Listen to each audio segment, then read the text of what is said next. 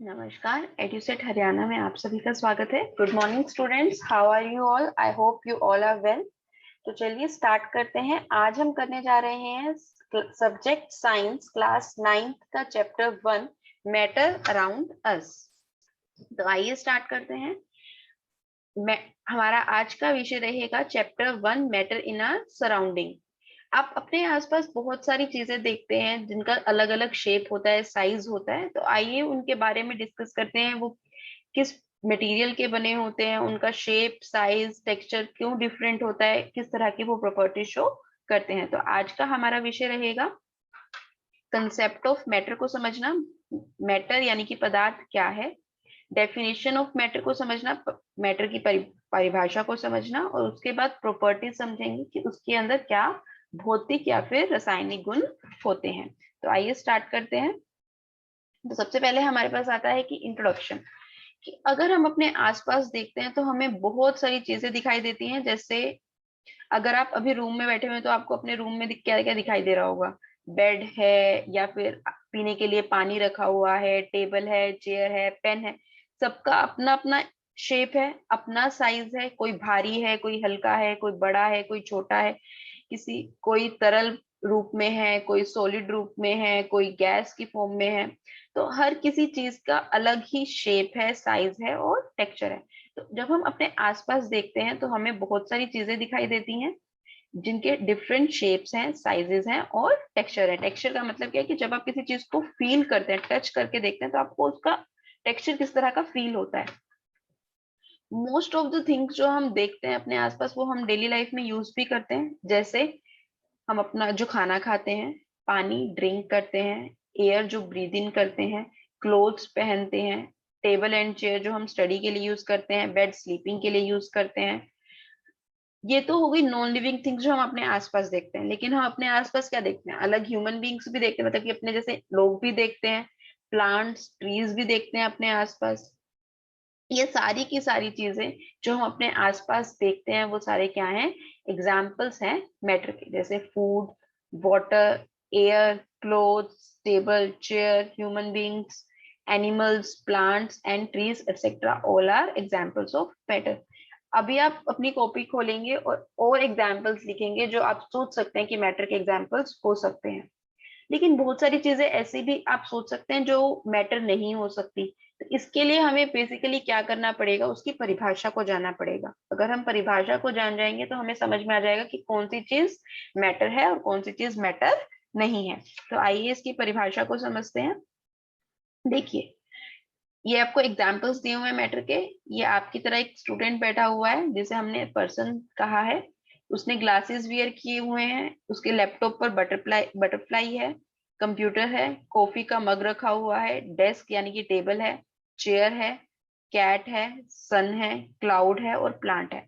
ये सारी की सारी चीजें क्या है? कहीं ना कहीं एक जगह को घेर रही है रूम में। जो रूम के बाहर है वो रूम के बाहर एक जगह घेर रही है। तो हर चीज का अपना क्या है? एक स्पेस है, स्पेस ले रही है, वो जगह घेर रही है, और सबके अंदर एक मास है। तो हम मैटर को किस तरह से डिफाइन करते हैं? Matter is anything that has mass and takes up space. यानी कि पदार्थ एक ऐसी वस्तु है, पदार्थ एक ऐसी चीज है जिसका भार है और जो कोई जगह को घेरती है। उसको हम क्या कहेंगे? पदार्थ यानी कि मैटर कहेंगे। तो अब आप मुझे अपने आसपास देख के चीजें बताइए कि क्या वो पदार्थ है या फिर नहीं है। अगर मैं कहूँ टेबल लैम्प, तो क्या वो पदार्थ होगा? यस। अगर हम बात करें ग्लास की जिसमें आप पानी पीते हैं, वो पदार्थ होगा या फिर नहीं होगा? होगा। अगर हम इसी तरह से एक और एग्जांपल है कि जब हम किसी चीज को पसंद करते हैं तो हमारे अंदर एक फीलिंग आती है कि हमें वो चीज लेनी है। तो क्या वो फीलिंग जो है वो हमारी पदार्थ है या फिर नहीं है? सोचिए। वो पदार्थ नहीं है क्योंकि उसके अंदर जो हमारी फीलिंग्स हैं वो कोई भी यूनिवर्स में कोई जगह नहीं घेर रही और ना ही उसके अंदर कोई भार है। तो जो जितने भी हमारे फीलिंग्स, इमोशंस होते हैं, जैसे रोने का मन करना, गुस्सा आना, प्यार आना, ये सारे के सारे इमोशंस जो है वो हमारे मैटर की परिभाषा में नहीं आते। अगर आप अपनी एनसीईआरटी की बुक्स खोलेंगे तो उसमें आपको इस तरह के क्वेश्चंस भी दिख जाएंगे। आप उन क्वेश्चंस को सॉल्व करेंगे और अपनी नोटबुक में उतारेंगे। तो आइए एक बार और परिभाषा को समझते हैं। डेफिनेशन ऑफ मैटर यानी कि पदार्थ की परिभाषा। तो मैटर क्या है? मैटर एक ऐसी वस्तु है जो स्पेस ऑक्यूपाई करती है और जिसका मास होता है। यूनिवर्स में कोई भी चीज जो मटेरियल की बनी है उसे साइंटिस्ट ने क्या नाम दिया है? मैटर का नाम दिया है। तो क्या हो गया हमारे पास? Matter is anything which occupy space and has mass. Everything in this universe is made up of material which scientist have named matter. आइए और समझते हैं मैटर का क्लासिफिकेशन यानी कि पदार्थ का वर्गीकरण। अब क्या हुआ, जब हमने मैटर को समझना शुरू किया तो डिफरेंट डिफरेंट साइंटिस्ट आए, उन्होंने कहा कि मैटर इतने प्रकार का हो सकता है, मैटर मैटर की ये प्रॉपर्टीज हो सकती हैं। तो अलग अलग साइंटिस्ट आए, अलग अलग परिभाषाएं दी, अलग अलग उन्होंने क्लासिफिकेशन किया। तो हमारे इंडियन फिलोसोफर्स भी कहीं पीछे नहीं रहे। उन्होंने भी क्या कहा? मैटर को हम 5 बेसिक एलिमेंट्स में क्या कर सकते हैं? क्लासिफाई कर सकते हैं। तो वो जो 5 बेसिक एलिमेंट्स हैं वो हमारे कौन कौन से हैं? Air, earth, fire, sky and water, यानी कि वायु, अग्नि, जल, आकाश और भूमि। अगर हम इन 5 तत्वों को देखें तो हम यह कल्पना कर सकते हैं कि इन 5 तत्वों में हमारा पूरा यूनिवर्स जो है वो क्लासिफाई हम कर सकते हैं, पूरे यूनिवर्स को हम परिभाषित कर सकते हैं। तो कहीं ना कहीं मैटर का ये क्लासिफिकेशन बहुत अच्छा था। जैसे इसमें बताया गया कि वायु यानी कि हवा, अग्नि यानी कि आग, जल यानी कि पानी, आकाश स्काई और भूमि जो हो गई हमारी धरती। फिर जैसे जैसे और साइंटिस्ट आते गए उन्होंने डिफरेंट डिफरेंट क्लासिफिकेशंस देना स्टार्ट किया। तो जो मॉडर्न साइंटिस्ट थे उन्होंने 2 बेसिस पर उन्होंने मैटर को क्लासिफाई किया। Modern day scientist have evolved 2 types of classification of matter on based on their physical properties and chemical nature. तो फिजिकल प्रॉपर्टीज पर जब उन्होंने क्लासिफाई किया तो मैटर को हमने 3 रूप में क्लासिफाई किया। फिजिकल प्रॉपर्टीज बेसिकली है क्या? जो हम इजीली देख सकते हैं। जैसे किसी की भी अगर मुझे फिजिकल प्रॉपर्टीज बताना है तो इसका मतलब क्या है? कि जो मैं अपनी नेकेड आईज से इजीली देख पा रही हूँ। जैसे अभी इन्होंने फिजिकली जब मैटर को क्लासिफाई किया तो इन्होंने 3 बेसिस पर क्लासिफाई किया, सॉलिड, लिक्विड एंड गैस।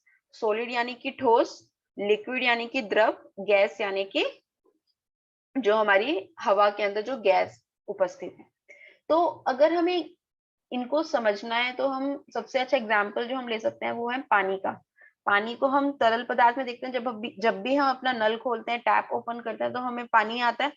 वो किस स्टेट में होता है? लिक्विड स्टेट में होता है या फिर द्रव स्टेट में होता है। अगर उस पानी को मैं फ्रीजर के अंदर रख दूं तो वो क्या होगा? बर्फ जम जाएगी उसकी। बर्फ जमने के बाद वो किस स्टेट में कन्वर्ट हो जाएगा? ठोस यानी कि सॉलिड स्टेट में कन्वर्ट हो जाएगा। और इसी तरह से जब पानी को उबाला जाता है तो वह भाप बनकर उठता है। तो वो भाप जो है वो किसका रूप है? गैस का रूप है। तो ये हमारी 3 क्लासिफिकेशन हो गए, solid, liquid and gas, based on the physical state, मतलब कि जिस भौतिक रूप जिसे हम देख सकते हैं। केमिकल क्लासिफिकेशन जो थी वो हमारी इस प्रकार थी। Based on chemical composition matter is classified as pure substance यानी कि शुद्ध पदार्थ, मिक्सचर्स यानी कि निलंबन। प्योर सब्सटेंसेस क्या होते हैं? जिनके अंदर कोई मिलावट नहीं है। अगर मैं आपको कहूं कि शुद्ध पदार्थ क्या है, जैसे अगर मैंने कहा सोना शुद्ध पदार्थ है, अगर मैंने सोने के अंदर थोड़ी सी चांदी मिला दी तो वो शुद्ध पदार्थ नहीं है। या फिर चांदी के अंदर मैंने थोड़ा सा एल्यूमिनियम मिला दिया तो वो शुद्ध पदार्थ नहीं है। तो शुद्ध पदार्थ का मतलब क्या है? जो एक ही प्रकार के तत्व का बना हुआ है। तो प्योर सब्सटेंसेस जो शुद्ध पदार्थ है वो हमारे 2 तरह के होते हैं, एलिमेंट यानी या फिर कंपाउंड। और जो हमारे निलंबन होते हैं वो भी 2 प्रकार के होते हैं, होमोजीनियस और हेट्रोजीनियस। इन सब के बारे में डिटेल्स में हम नेक्स्ट चैप्टर में पढ़ेंगे, बहुत अच्छे से डिटेल में पढ़ा जाएगा। तो अभी आपको सिर्फ नाम पता होने चाहिए। इसके बारे में हम नेक्स्ट चैप्टर में बहुत अच्छे से डिटेल में पढ़ेंगे।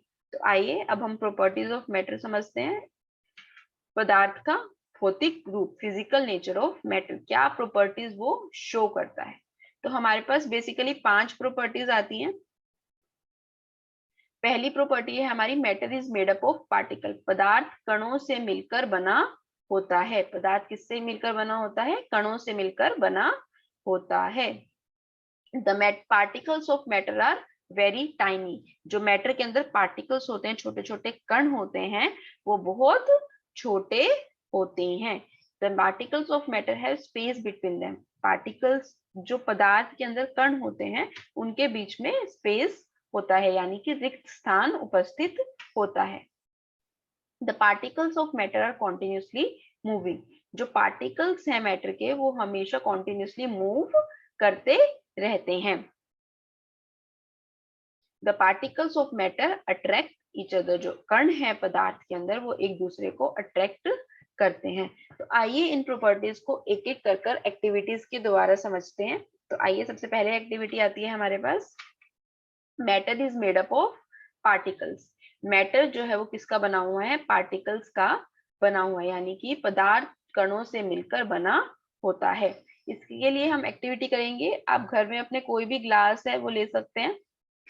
उसके अंदर हम क्या करेंगे, एक मार्क लगाएंगे, उसके अंदर वाटर फिल करेंगे। उस वाटर के अंदर हम क्या करेंगे, सोल्ट या फिर शुगर यानी कि नमक या फिर चीनी को घोलेंगे और हम वाटर के लेवल को चेंज करके देखेंगे कि क्या वाटर का लेवल चेंज हो रहा है या फिर नहीं हो रहा है। तो आइए एक्टिविटी करते हैं। देखिए, अब हमने एक बीकर लिया है। इस बीकर में आप इजीली एक मार्क देख सकते हैं, ब्लैक कलर का मार्क है। इस बीकर को मैं इस मार्क तक फिल करूंगी।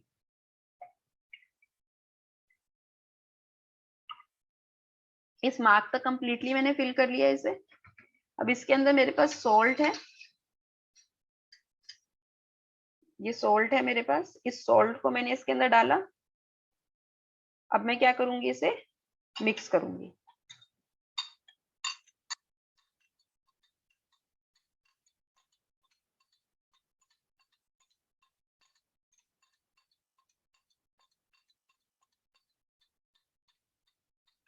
देखिए सॉल्ट जो है वो कंप्लीटली मिक्स हो रहा है।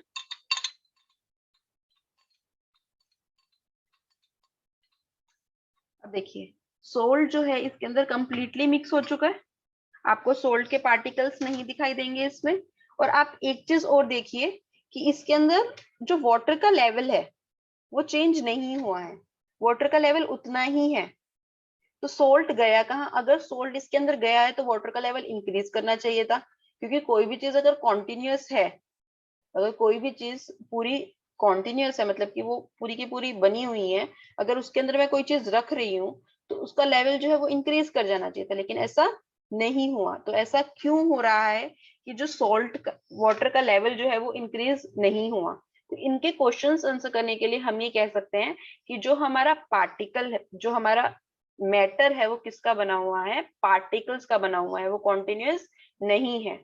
अगर वो कॉन्टिन्यूअस होता तो सोल्ट डालने पर वाटर का लेवल जो है वो इंक्रीज कर जाना चाहिए था, और सोल्ट जो है वो इसके अंदर मिक्स भी नहीं होना चाहिए था, लेकिन सोल्ट जो है वो मिक्स हो गया और वाटर का लेवल जो है वो भी इंक्रीज नहीं किया। इससे हमें क्या पता चलता है कि हमारा जो वाटर है वो किसका बना हुआ है? पार्टिकल्स का बना हुआ है, कणों का बना हुआ है। तो इसी तरह से हम हर पदार्थ के लिए कह सकते हैं कि वो किसके बने हुए हैं? कणों के बने हुए हैं। इसका एग्जाम्पल आप एक और ले सकते हो कि जैसे सपोज करो आप क्लास में जाते हो और आप अपनी क्लास में जिस बेंच पर बैठे हो तो आप देखते हो कि उस बेंच पर आज तीन तीन बच्चे लगातार कॉन्टिन्यूसली बैठे हुए हैं। तो क्या आप उस बेंच पर बैठ पाएंगे? नहीं बैठ पाएंगे। अगर आपको खाली स्पेस मिलेगा तभी तो आप बैठ पाएंगे। इसी तरह से सोल्ट को अगर वाटर के अंदर मिक्स करना है तो उसको स्पेस तो चाहिए, उसको जगह चाहिए ना बैठने के लिए। उसे जगह तब मिलेगी जब वो मैटर जो है वो पार्टिकल्स का बना हुआ होगा। अगर मैटर पार्टिकल्स का नहीं बना हुआ होगा तो उसके पास स्पेस नहीं होगा, अगर स्पेस नहीं होगा तो वो बैठ नहीं पाएगा। तो ये थी हमारी एक्टिविटी, जिससे हमें यह पता चलता है कि हमारा जो पदार्थ है वो किसका बना होता है? कणों का बना होता है, वो कॉन्टिन्यूअस नहीं होता। तो आइए नेक्स्ट एक्टिविटी समझने की कोशिश करते हैं। नेक्स्ट एक्टिविटी समझते हैं। तो हमने इसमें क्या देखा कि जो सोल्ट था वो हमारा कहाँ चला गया? सोल्ट जो है वो हमारा कहाँ चला गया? वो वाटर के अंदर कंप्लीटली मिक्स हो गया, और जो हमारा वाटर का लेवल था वो भी चेंज नहीं किया। जिससे हमें यह पता चलता है कि मैटर जो है वो हमारा किसका बना हुआ है? पार्टिकल्स का बना हुआ है। और जो सोल्ट या फिर शुगर था जो भी आपने मिक्स किया वो सारा का सारा इवनली स्प्रेड कर गया। इससे इवनली स्प्रेड करने से हमें एक चीज और पता चलती है कि इवनली स्प्रेड का मतलब क्या है कि अगर मैंने इस वाटर के अंदर इस सॉल्ट को मिक्स किया है, तो अगर मैं इसका 1 स्पून लूंगी वो भी मुझे उतना ही सॉल्टी लगेगा, उतना ही नमकीन लगेगा जितना उसका मुझे सेकंड स्पून लगेगा। ऐसा नहीं होगा कि मैंने पहला स्पून लिया तो मुझे ज्यादा सॉल्टी लग रहा है, अगर दूसरा स्पून लिया तो वो कम सॉल्टी लग रहा है। तो वो सॉल्टीनेस जो है वो इवन है। इसका मतलब क्या है, सॉल्ट या फिर शुगर जो है वो इवनली हर जगह पर उसने स्प्रेड किया है। तो आइए नेक्स्ट प्रॉपर्टी समझते हैं। The matter particles of matter are very tiny. जो पदार्थ के ये कण होते हैं यह बहुत छोटे छोटे होते हैं। तो इस एक्टिविटी को समझने के लिए देखिए हमें क्या लेना है। Dissolve 2 to 3 crystals of potassium permanganate in 100 ml of water in a beaker. हम क्या करेंगे, एक बीकर के अंदर पोटेशियम परमैंगनेट को मिलाएंगे। सिंस अभी हम घर पर हैं, जब हम लैब में जाएंगे तो हम पोटेशियम परमैंगनेट से भी इस एक्सपेरिमेंट को जरूर करेंगे, लेकिन अभी हम घर पर हैं तो हम इसे और इजी कर सकते हैं।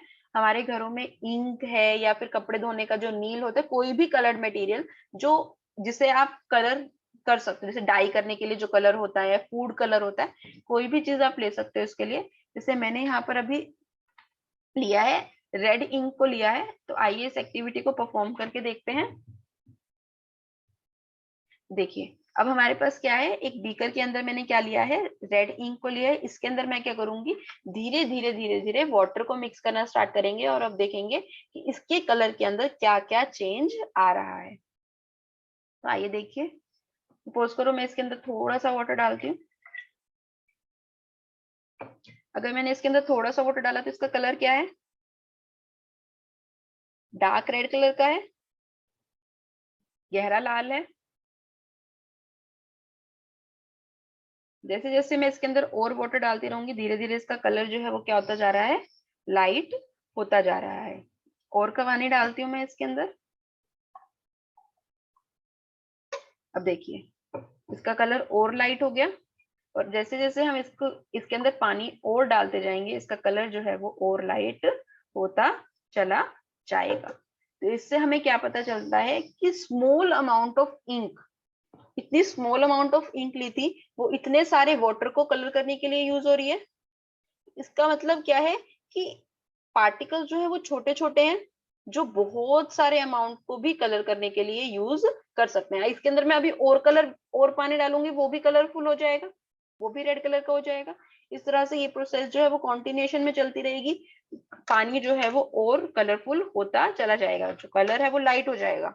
लेकिन पार्टिकल्स जो है, जो इसका मतलब कि हम कहना क्या चाह रहे हैं कि जो इंक के अंदर छोटे छोटे पार्टिकल्स हैं वो क्या कर रहे हैं, वो कलर करना स्टार्ट कर रहे हैं, मतलब कि वो कलर कर रहे हैं लार्ज अमाउंट ऑफ वाटर को। तो इसका मतलब क्या है कि पार्टिकल जो है वो बहुत छोटे छोटे कणों का बना हुआ है। तो आइए इस एक्टिविटी को एक बार समझते हैं। तो हमने क्या किया, जैसे इसमें क्या लिखा हुआ है, पोटेशियम परमैंगनेट लिया हुआ है, हमने रेड इंक को लिया। इस एक्टिविटी में हमने थोड़ा सा डिफरेंट तरीके से किया है, आप इस तरीके से भी कर सकते हैं। आपने एक 100 ml के बीकर के अंदर पोटेशियम परमैंगनेट या फिर इंक को मिक्स किया, फिर उसमें से आपने बहुत थोड़ा सा अमाउंट ले लिया, उस अमाउंट को फिर पूरे ग्लास पानी में मिला दिया। फिर आप देखेंगे थोड़ा सा कलर लाइट हो गया, फिर उसमें से फिर छोटा सा लिया, फिर उसे पानी में मिला दिया, साफ पानी में मिला दिया, फिर उसका कलर और लाइट हो जाएगा, फिर उसके अंदर से आपने थोड़ा सा और सॉल्यूशन लिया, फिर उसको मिला दिया। इसको अगर हम समझे एक और तरीके से समझ सकते हैं, अगर सपोज करो कि जो पोटेशियम परमैंगनेट है या फिर इंक है, सपोज करो उसके अंदर कितने कण हैं, 1000 कण हैं, ठीक है। जब मैंने उसे पहले बीकर में मिक्स किया, पहले बीकर के अंदर पानी के अंदर डाला तो उसके अंदर 1000 कण थे। फिर मैंने क्या करा, उसके अंदर से 10 ml ले लिया। अब उसके पास कितने बच गए, 1000 में से 100 कण बच गए, 900 कण मैंने नीचे छोड़ दिए। उन 100 कण को मैंने फिर से किसमें मिला दिया, 100 ml वाटर में मिला दिया। अब उस 100 कण में से मैंने फिर से 10 ml ले लिया। तो अब मेरे पास कितने कण आए, 100 का 10, 100 का 10 रह गए। पहले 1000 के 100 रह गए थे, अब 100 के कितने रह गए, 10। उन 10 को मैंने फिर 100 ml में मिला दिया। अब मेरे पास कितना कण रह गया, एक कण रह गया। वो एक कण जो है वो भी मेरा किस वाटर को कलर करने के लिए सफिशिएंट है। इससे मुझे क्या पता चलता है कि जो पार्टिकल्स है मैटर के, जो पदार्थ के कण हैं, वो बहुत छोटे हैं और वो कुछ क्रिस्टल्स भी बहुत सारे पानी को कलर करने के यूज में आ सकते हैं। तो this show that a few crystal of potassium permanganate can color a large volume of water because there are millions of tiny particles in each crystal. Clear है? आइए नेक्स्ट एक्टिविटी करते हैं। इन एक्टिविटीज को आप जरूर घर पर रिपीट करें ताकि आपको और ज्यादा क्लियर हो। ये वाली एक्टिविटी जो हमारे पास है, the particle of matter have space between them, जो हमने फर्स्ट एक्टिविटी करी थी, ये उसी से रिलेटेड है। आइए उस एक्टिविटी को फिर से थोड़ा सा दोबारा समझते हैं। देखिए, हमने इस एक्टिविटी में देखा था कि जब हमने पानी के अंदर सॉल्ट को मिलाया था तो पानी जो सॉल्ट है वो कंप्लीटली मिक्स हो गया था। तो मैंने तुम्हें कहा था कि मैटर के अंदर जो पार्टिकल्स हैं वो कॉन्टिन्यूअस नहीं है। यही कहा था हमने, जो मैटर है वो कॉन्टिन्यूअस नहीं है, वो पार्टिकल्स का बना हुआ है। तो अगर सॉल्ट स्पेस ले रहा है वाटर के पार्टिकल्स के अंदर तो जरूर से कुछ स्पेस भी होगा, तभी वो ले रहा है। जैसे मैंने तुम्हें एग्जांपल बताया था अभी, क्लास में अगर एक बेंच के ऊपर 3 स्टूडेंट्स बैठे हुए हैं और अगर मैं आपको कहूँ कि आप प्लीज वहां जाके बैठ जाइए, तो आप नहीं बैठ पाएंगे क्योंकि वहां पे स्पेस ही नहीं है। लेकिन अगर वहीं पर 2 स्टूडेंट्स बैठे हुए हैं और अगर मैं आपको जाने के लिए कहूँ और बैठने के लिए कहूँ तो आप इजिली बैठ जाएंगे क्योंकि वहां पे स्पेस है।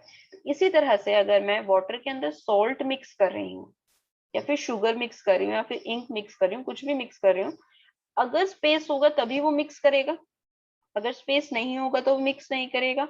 और सपोज करो मिक्स कर भी जाता है तो उसका लेवल इंक्रीज करना चाहिए था, लेकिन हमारे केस में लेवल भी इंक्रीज नहीं किया। तो इससे हमें क्या पता चलता है कि पार्टिकल जो मैटर है वो पार्टिकल्स का बना हुआ है और उन पार्टिकल्स के बीच में हमारे पास स्पेस भी है। क्लियर है सभी को? बहुत इजी इजी एक्टिविटीज हैं। सभी एक्टिविटीज को आप अपनी क्लास अपने घर पर जरूर करके देखें ताकि आपके कंसेप्ट जो है वो क्लियर हो जाए, कोई कंफ्यूजन ना रहे। तो आइए नेक्स्ट एक्टिविटी करने की कोशिश नेक्स्ट एक्टिविटी करते हैं। नेक्स्ट एक्टिविटी है हमारी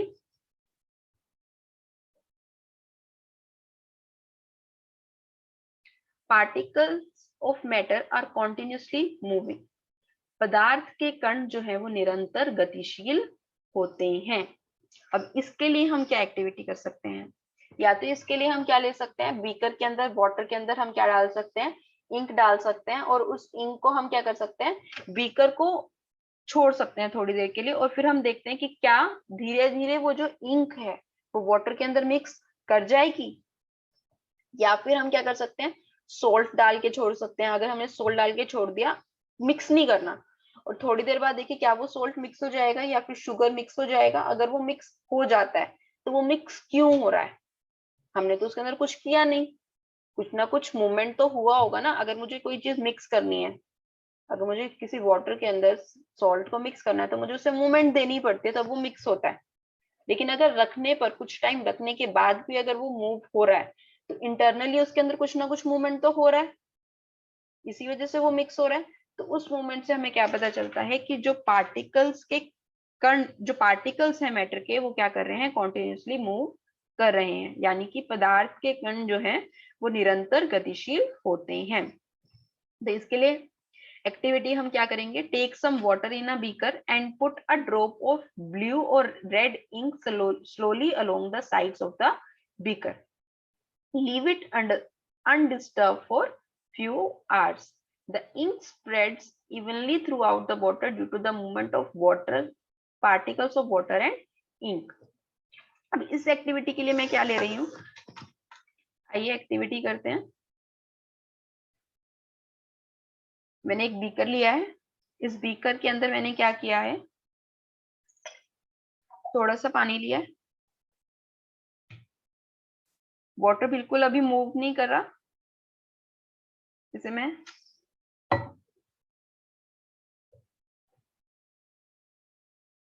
इस वाटर को मैंने यहाँ पर स्टेबल कर दिया है। अब इस वाटर के अंदर मैं क्या कर रही हूँ, धीरे धीरे रेड कलर की इंक डाल रही हूँ।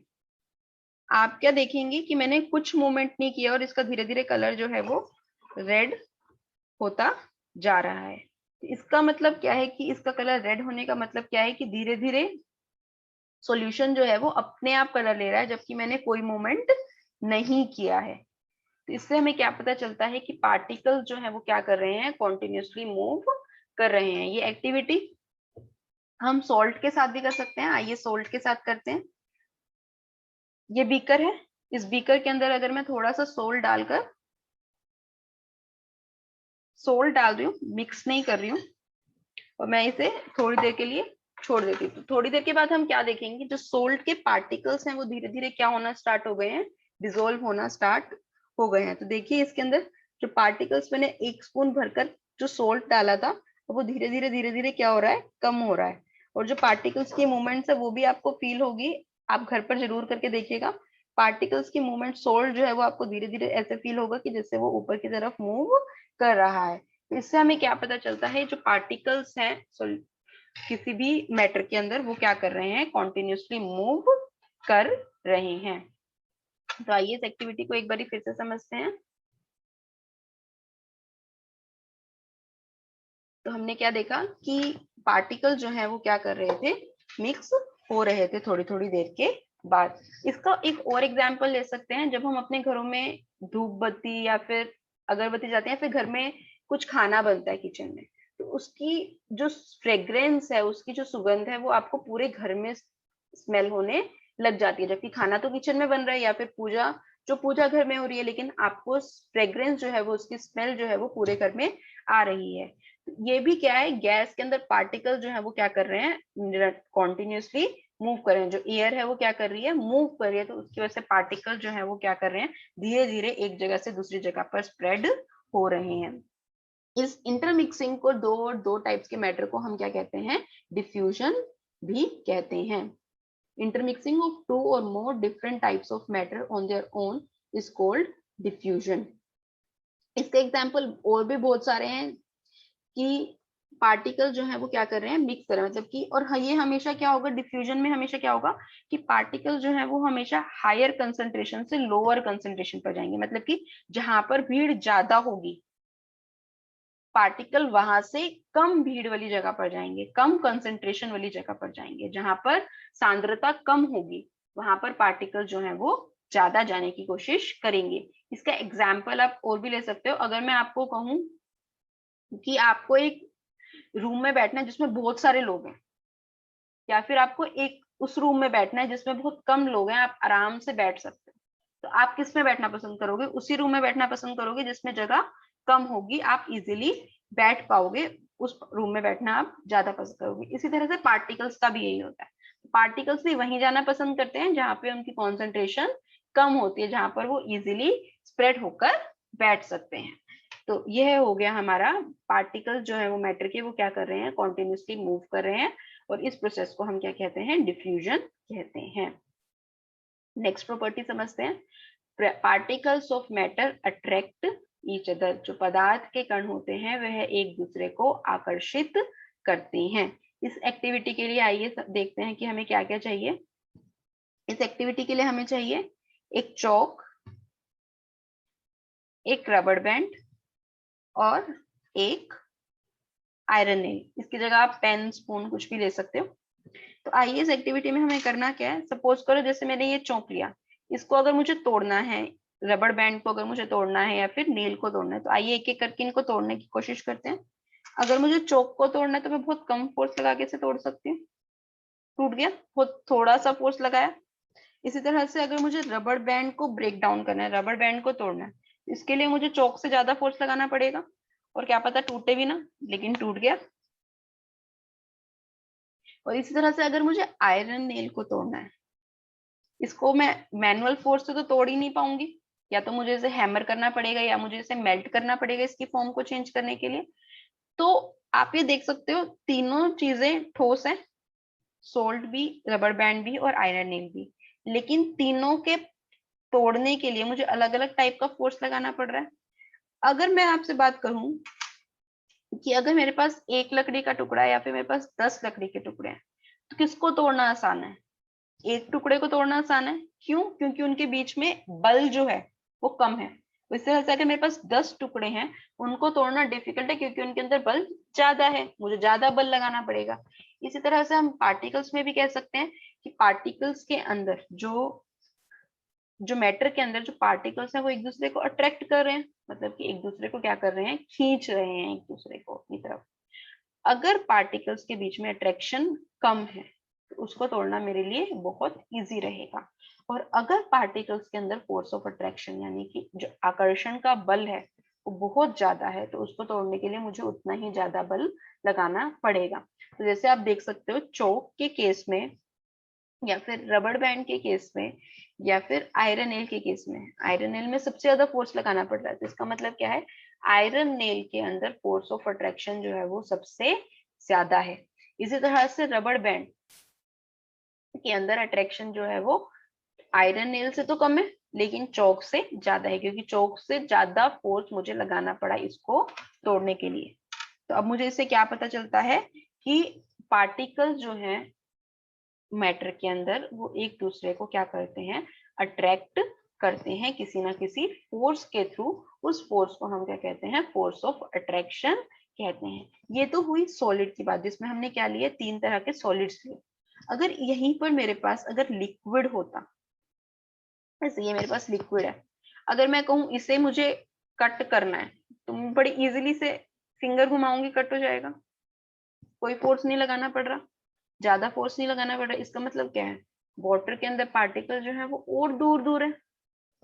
यही पता चलता है ना इससे हमें, पार्टिकल्स के जो वाटर के अंदर पार्टिकल्स हैं वो और दूर दूर है। इसी तरह से अगर मुझे हवा को काटना है, वाटर से भी कम फोर्स लगाना पड़ रहा है। उसका मतलब क्या है, एयर के अंदर पार्टिकल्स जो है वो और दूर दूर है, उनका अट्रैक्शन और भी कम है। तो जितना, इससे हमें क्या पता चला, सॉलिड्स के अंदर अलग अलग शेप्स में, अलग अलग टेक्सचर्स में फोर्स ऑफ अट्रैक्शन अलग अलग हो सकता है। इसी तरह से जब हम सॉलिड से लिक्विड में जाते हैं तो उनके अंदर फोर्स ऑफ अट्रैक्शन और कम हो जाता है। और इस तरह से हम जब लिक्विड से गैस में जाते हैं तो उनके बीच में अट्रैक्शन जो है वो और भी कम हो जाता है। तो फोर्स ऑफ अट्रैक्शन जो है वो धीरे धीरे क्या होता रहता है, कम होता रहता है। आइए इसको पीपीटी के थ्रू भी समझते हैं। देखिए हमने क्या लिया है इस एक्टिविटी में, एक आयरन नेल को लिया है, अ पीस ऑफ चौक है, रबर बैंड को लिया। हमने क्या किया, इसे स्ट्रेचिंग के थ्रू, कटिंग के थ्रू या फिर हैमरिंग के थ्रू इन्हें ब्रेक डाउन करने की कोशिश की।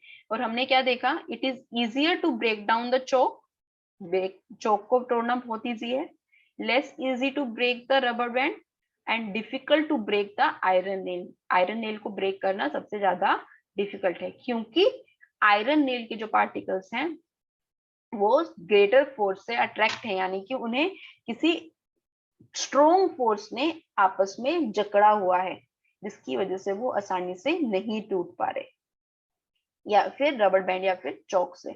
इस तरह से हम देख सकते हैं, जैसे आपको ये फिगर में दिखाया गया है, सॉलिड के अंदर पार्टिकल जो है वो बहुत पास पास है, यानी कि उनका अट्रैक्शन जो है वो बहुत ज्यादा है। इस तरह से लिक्विड के अंदर पार्टिकल्स जो है वो थोड़े से दूर दूर है, उनका अट्रैक्शन जो है वो क्या है, कम है। इस तरह से अगर आप गैस को देखेंगे तो उनके अंदर पार्टिकल्स का अट्रैक्शन जो है वो और भी कम है, क्योंकि पार्टिकल जो है वो बहुत दूर दूर है। तो वो जितना ज्यादा पास होंगे उतना ज्यादा फोर्स ऑफ अट्रैक्शन उनके अंदर ज्यादा होगा। आइए एक बार रिवाइज कर लेते हैं कि हमने क्या क्या किया।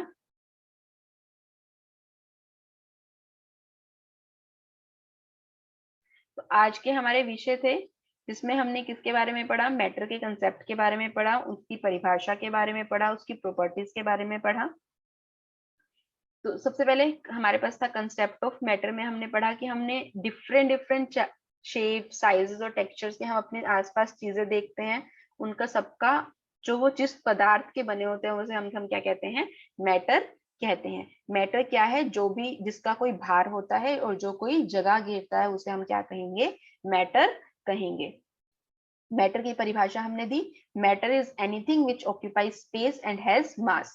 पदार्थ एक ऐसी वस्तु है, कोई भी वस्तु जो जगह घेरती है और जिसके पास वजन होता है, वह मैटर कहलाती है, यानी कि पदार्थ कहलाती है। क्लासिफिकेशन ऑफ मैटर, अगर हम इंडियन फिलोसफर्स की बात करें तो उन्होंने 5 तत्वों में डिफाइन किया, वायु,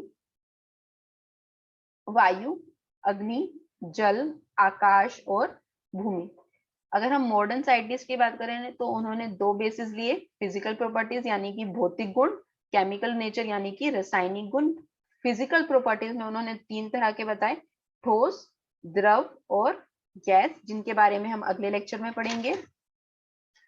और केमिकल कंपोजिशन के बारे में उन्होंने दो पदार्थ बताए, प्योर सब्सटेंस और मिक्सचर। यह भी दो प्रकार के होते हैं आगे, तत्व और कंपाउंड। मिक्सचर हमारे दो तरह के होते हैं, होमोजीनियस और हेट्रोजीनियस। इनके बारे में हम नेक्स्ट चैप्टर में पढ़ेंगे। तो अब हमारे पास आती हैं प्रॉपर्टीज ऑफ मैटर यानी कि पदार्थ के गुण। 5 गुण है हमारे पास। सबसे पहले, पदार्थ कणों से मिलकर बना होता है। पदार्थ के यह कण बहुत छोटे होते हैं। पदार्थ के कणों के बीच रिक्त स्थान होता है। पदार्थ के कण निरंतर गतिशील होते हैं। पदार्थ के कण एक दूसरे को आकर्षित करते हैं। इनके लिए हमने एक एक एक्टिविटी करके देखी थी। तो सबसे पहले हमने पदार्थ कणों से मिलकर बना होता है, उसमें हमने क्या किया था, एक बीकर में पानी लेकर उसका वाटर लेवल नोट किया था, और उसके अंदर जब हमने सोल्ट और शुगर को मिलाया था तो हमने क्या देखा था कि वाटर का लेवल जो है वो इंक्रीज नहीं किया था। तो इससे हमें क्या पता चला था कि मैटर जो है वो कॉन्टिन्यूस नहीं है, पदार्थ जो है वो कणों का बना होता है और उन कणों के बीच में रिक्त स्थान भी होते हैं। तो हमारी दो प्रॉपर्टीज यहाँ से क्लियर हो गई थी एक ही एक्टिविटी से।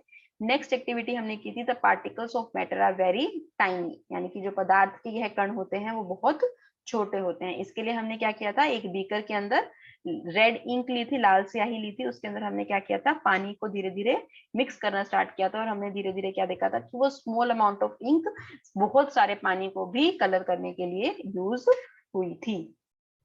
नेक्स्ट है इसके अंदर हमारे पास properties, particles of matter have space between them, ये हम डिस्कस कर चुके हैं। नेक्स्ट है इसके अंदर हमारे पास particles of matter are continuously moving. इसमें हमने क्या देखा था कि जब हमने बीकर के अंदर रेड इंक को डाला था या फिर नमक को डालकर छोड़ दिया था, तो कुछ टाइम के बाद हमने क्या देखा था कि वो पार्टिकल जो है वो कॉन्टिन्यू अपने आप को मिक्स करना स्टार्ट हो गया था। ये एक्टिविटी थोड़ी सी लंबी है, तो आप अपने घर में क्या करेंगे, इसको पानी के अंदर नमक, चीनी या फिर इंक को डालकर बिल्कुल छोड़ देंगे, उसे बिल्कुल मूव नहीं करेंगे। जब आप कुछ घंटों के बाद देखेंगे तो आप क्या देखेंगे कि जो इंक है वो कॉन्टिन्यूसली उसके अंदर मिक्स हो चुकी है कंप्लीटली, और आपने कोई मूवमेंट नहीं किया। इससे हमें क्या पता चलता है कि जो पार्टिकल है वो क्या है, कॉन्टिन्यूसली मूवमेंट में, इंटरनली कुछ ना कुछ उनके अंदर मूवमेंट चल रहा है। इस इंटरमिक्सिंग को हम क्या कहते हैं, डिफ्यूजन भी कहते हैं। नेक्स्ट है इसमें हमारे पास particles of matter attract each other, यानी कि जो पदार्थ के कण है वो एक दूसरे को क्या करते हैं, आकर्षित करते हैं। तो सबसे पहले हमने क्या लिया था इसके अंदर, आयरन नेल लिया था, यानी कि लोहे की कील को लिया था, एक चौक का टुकड़ा लिया था और एक रबड़ बैंड लिया था। हमने तीनों को तोड़ने का प्रयास किया था। तो हमने क्या देखा था कि चौक को तोड़ना सबसे ईजी था, उससे ज्यादा फोर्स हमें रबड़ बैंड को तोड़ने के लिए लगाया, और फिर हमने क्या देखा कि हम आयरन नेल को तो तोड़ ही नहीं पाए। इसका मतलब क्या है कि आयरन नेल जो है वो सबसे ज्यादा ग्रेटर फोर्स से कनेक्टेड है एक दूसरे से, फिर रबर बैंड, फिर चोक, और फिर हमने उसके बाद पानी और हवा का भी एग्जाम्पल देखा था। तो हम ये कह सकते हैं कि सॉलिड के अंदर अट्रैक्शन जो है वो सबसे ज्यादा है लिक्विड से, लिक्विड के अंदर अट्रैक्शन जो है वो गैस से ज्यादा है। तो यह थे हमारे आज के टॉपिक। नेक्स्ट क्लास के अंदर हम क्लासिफिकेशन को और डिटेल में पढ़ेंगे। Thank you.